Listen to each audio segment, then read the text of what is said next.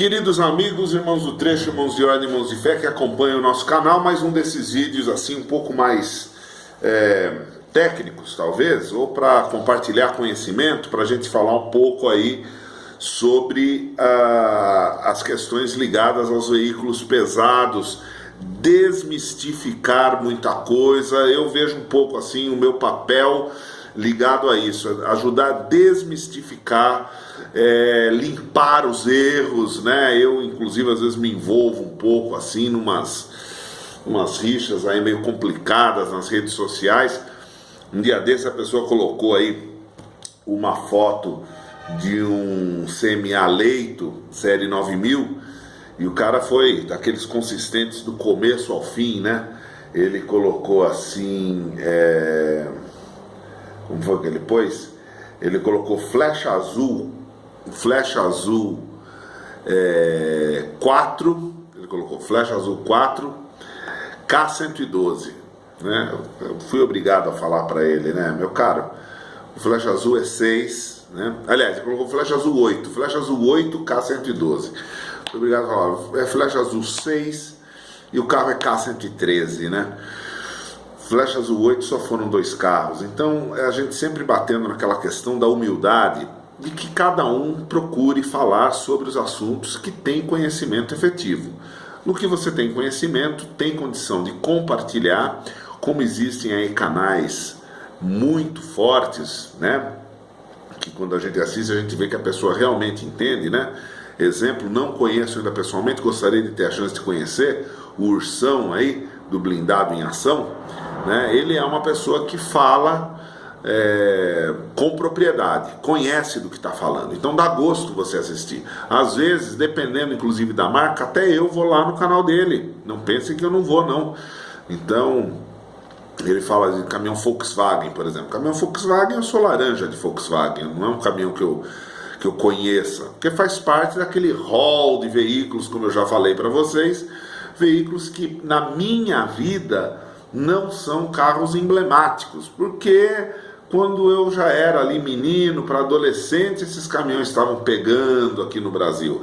Então para nós era uma coisa nova, né? Não era uma coisa que tinha história, que vinha, né? Como na época, vamos falar, mal comparando aí, uma Jacaré, claro, uma Jacaré não tem nada a ver com um Volkswagen 11130, né? Mas, vamos dizer, quanto tempo tinha de estrada uma Jacaré naquela época, né? O modelo Jacaré, comparado com um 11130, um 1330, nada. Então foram veículos que para mim passaram assim de lado. Eu na época nunca fiquei prestando muita atenção em que modelo que foi o motor MWM, que hora que de MWM passou a ser Cummins. Eu não acompanhei isso, não tinha interesse, né? Como nós falamos outro dia em um vídeo nosso aí que estava com o Marinho, né? Para o Marinho, para mim, tenho certeza que para muitos de vocês, né? Não é que não seja nada, mas é só um caminhão, Se fosse para eu ter um caminhão desse daí na caçamba aí, para pôr para trabalhar, etc., teria, zelaria, cuidaria dele com o esmero que eu tenho. Mas falar que eu, passo final esperando chegar o dia para pegar e dirigir aquele Volkswagen, não. Isso a gente não tem, tá? Mas desviei aqui um pouquinho do tópico, só para que sempre fique claro para vocês o objetivo desse tipo de vídeo, quando vocês me veem aqui num ambiente assim, que não é bem o ambiente da nossa garagem de peso, mas é um ambiente que a gente pode passar isso daí. Muito bem. Então nós vamos falar hoje assim de bobagens que nós escutamos, né? E junto com esse assunto, uma questão que eu venho discutindo nos últimos tempos, que eu falo que o melhor já passou, né? O melhor já passou. Muito bem. Eu vou explicar tudo isso que eu estou querendo dizer para vocês, tentar ilustrar, colocar algumas imagens, para deixar isso aqui um pouquinho mais rico, um pouco mais agradável de ser assistido, né? Bobagens, o que eu quero dizer com bobagem? Bobagem é quando a gente tem uma frase que a gente fala por aí, que diz assim, né? Ouviu o galo cantar, mas não sabe bem onde foi, né? Ouviu o galo cantar, mas não sabe bem onde foi. Então, às vezes a pessoa escuta algumas coisas, né?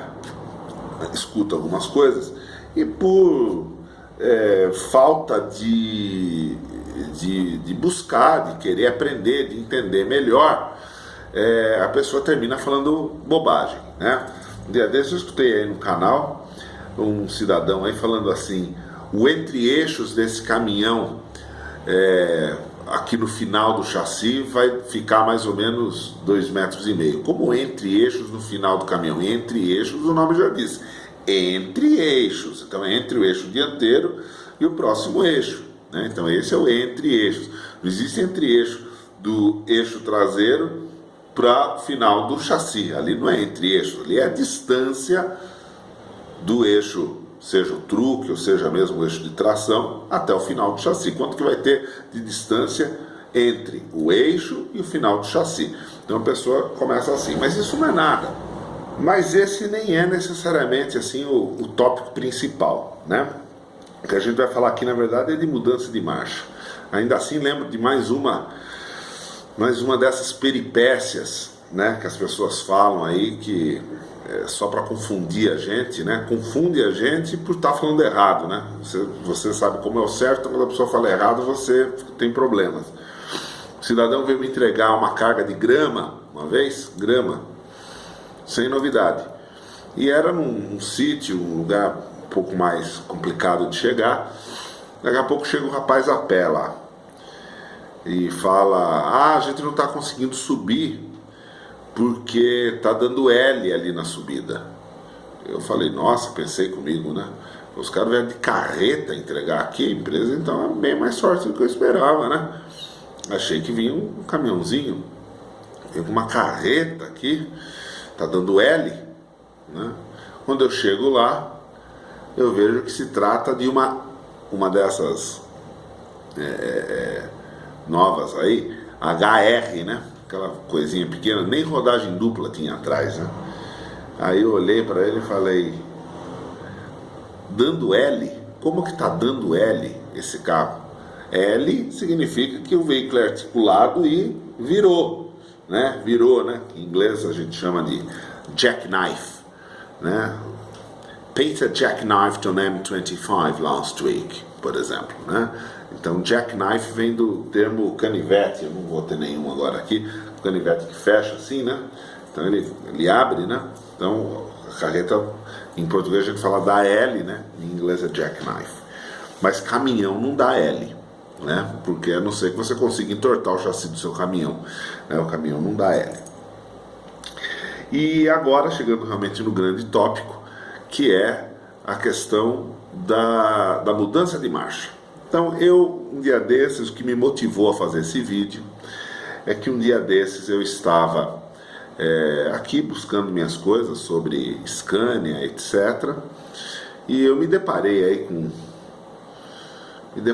com um vídeo. O título do vídeo era assim: uma Scania 142, não sei o que, cruzando marcha.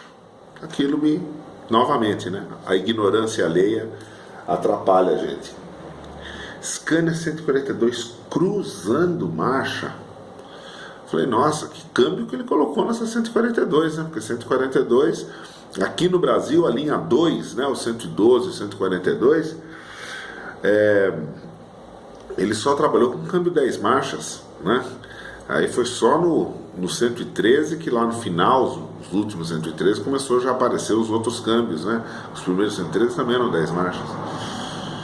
Então, cruzando marcha, eu me interessei, fui ver o vídeo. Aí, quando eu fui ver o vídeo, mais uma vez, o estúpido que fez o vídeo não sabia o que estava falando. Então, quer dizer, também era de se esperar, né? Pelo perfil dele, a maneira que ele falava, era de se esperar que falasse bobagem desse tipo.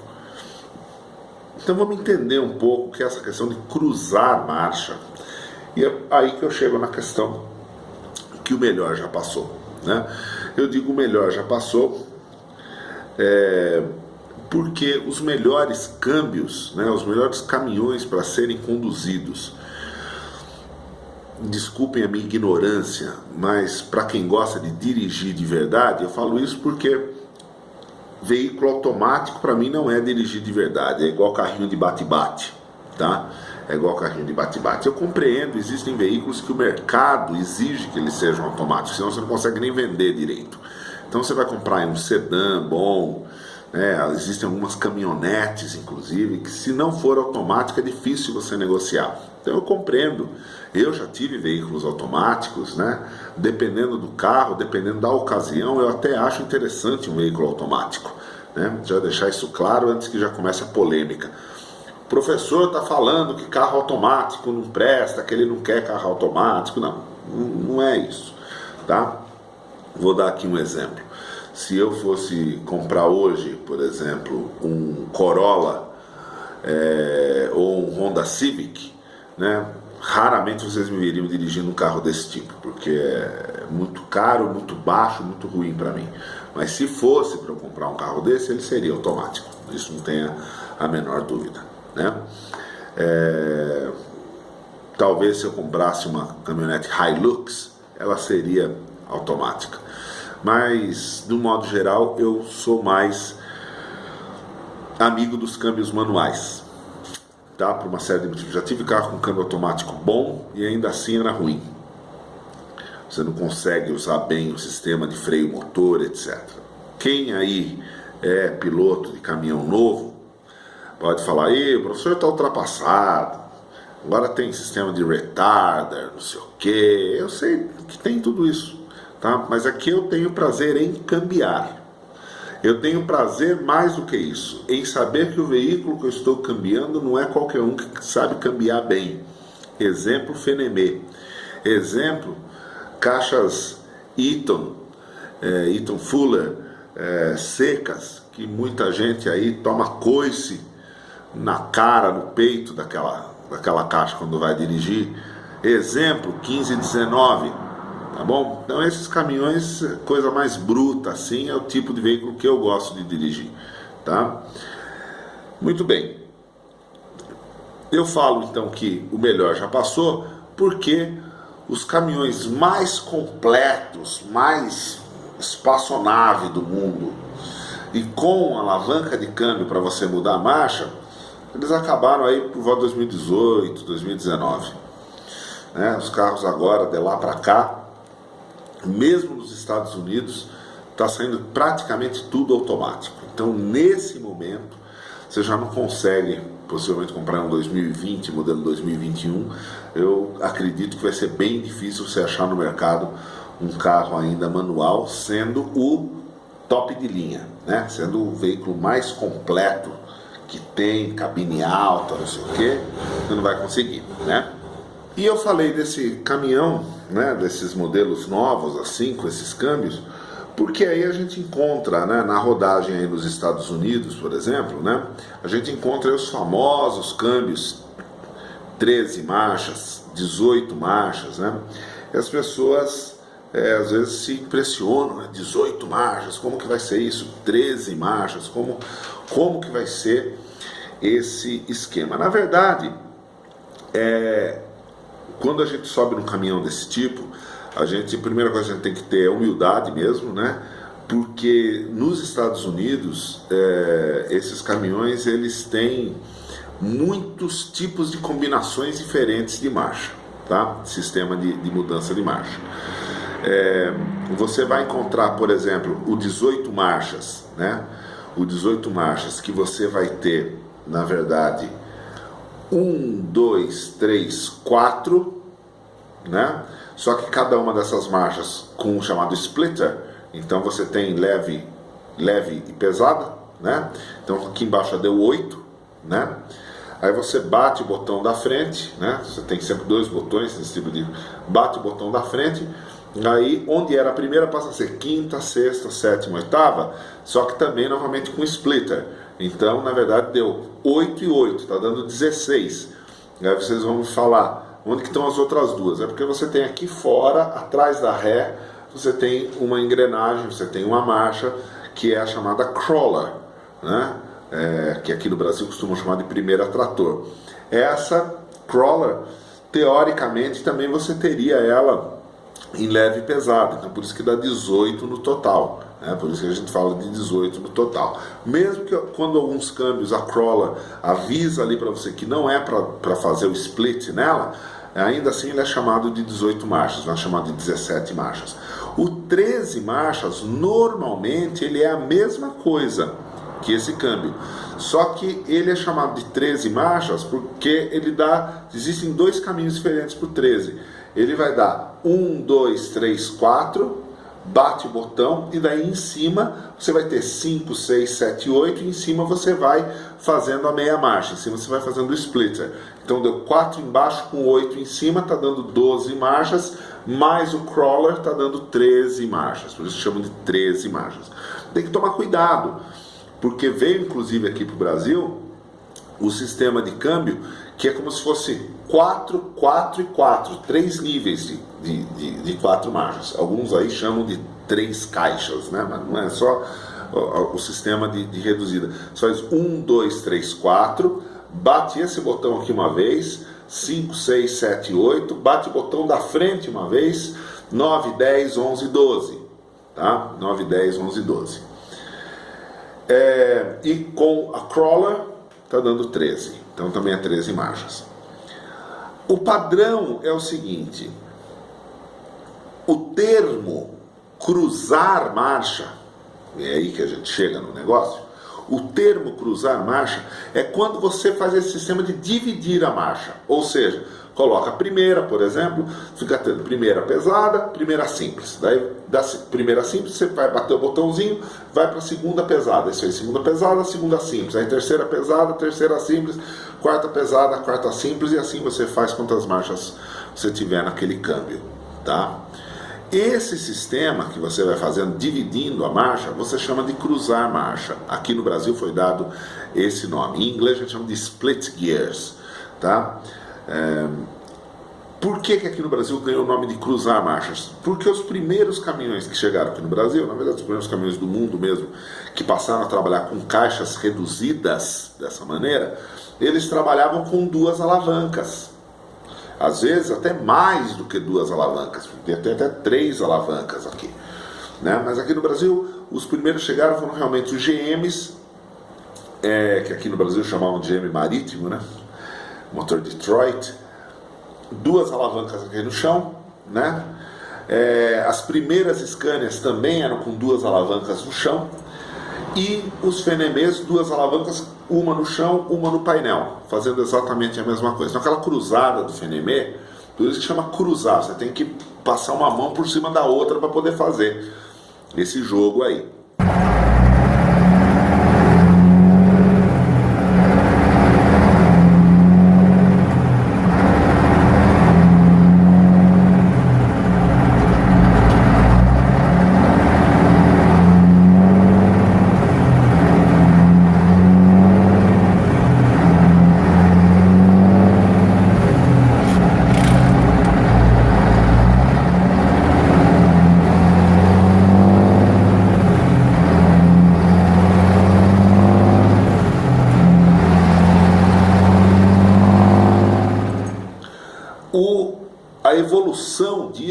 A evolução disso foi você passar a segunda alavanca, ao invés de ser uma segunda alavanca, você colocar isso como botão, tá?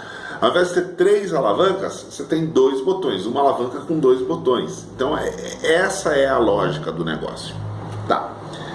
Esses câmbios que são sequenciais, né? 5 mais 5, 4, 4 e 4, né? Que você não subdivide a marcha, você não está cruzando marcha nenhuma, você só está seguindo a sequência de marchas normal, que é o caso do câmbio 10 marchas da Scania, que em inglês a gente chama de straight 10. Existe esse câmbio também, tem Peterbilt, tem Mack, tem todos esses caminhões com straight 10, né, fora do Brasil. Não tem problema nenhum, não é uma coisa exclusiva da Suécia, é uma coisa exclusiva para o mercado brasileiro, tá? Esse câmbio você não cruza marcha, meu amigo. Esse câmbio você vai fazer, teoricamente, 1, 2, 3, 4, 5, já fizemos um vídeo sobre isso, eu cambiando, conversando sobre isso com vocês, 5 marchas embaixo, bate o botão só para dar continuidade, bateu o botão vai ser 6, 7, 8, 9, 10 e finalizou o jogo aí, tá? Então você tem um botão apenas para você fazer esse movimento. Na Europa, né, na Inglaterra, eu tomei assim, conhecimento lá e assim, coisa surpreendente, né? O sistema retarder aqui no Brasil só chegou na série 4. No Reino Unido, os caminhões da série 3 já tinham retarder, né? Eu uma vez estive num 143M, né? Modelo M, já falamos um pouco sobre isso, né? O M aqui no Brasil só saiu no 112, lá no começo tiraram aqui no Brasil. 143M, o 143M que eu tive lá, o câmbio ele era exatamente esse câmbio que hoje em dia saiu na 124, há pouco tempo atrás, que são só 3 engates, mas de 3 engates faz 12 velocidades. Então, quer dizer, 1, 2, 3. Mas esse 1, 2, 3 batendo o botão. Então ali você está cruzando marchas. Então você fez 6 marchas embaixo. Aí você tem um botão embaixo que você levanta e você vai para a segunda caixa, você vai ter mais 6 marchas, né? Seria teoricamente 4, 5, 6, sempre dividindo as marchas. Então, originally registered in 1996 and delivered to its Australian company in 1997. So yeah, it eventually made its way here to Ireland. An Irish buyer purchased this truck, and yeah, so it's right-hand drive, of course, but we have that big bull bar there at the front. Okay, I'm just going to give it a couple of revs here.